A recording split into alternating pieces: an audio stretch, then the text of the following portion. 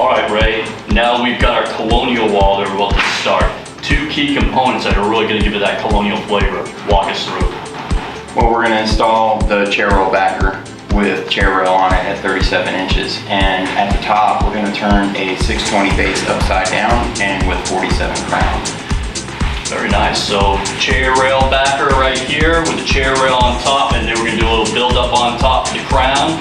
And that's going to give it a nice Colonial feel to it. Very nice.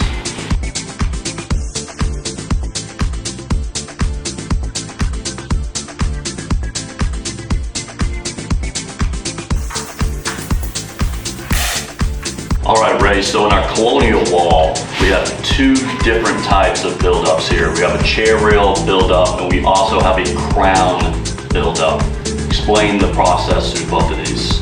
Well, they took a measurement from the floor to what code is. Code is anywhere from 34 to 38, so I believe they went 37. They put the backer on, and then they put the chair rail center of it, so it could be the correct height by code. And when we get up to the top, to the crown, it's a pretty decent style crown with a base that's turned upside down. Yeah, so we're using a 47 crown here with a 620 base, and like you said, we flipped it. Creates a nice little texture to things, a little detail to what we're doing there on the crown. So two nice build-ups there to really give that Colonial style pop to this wall.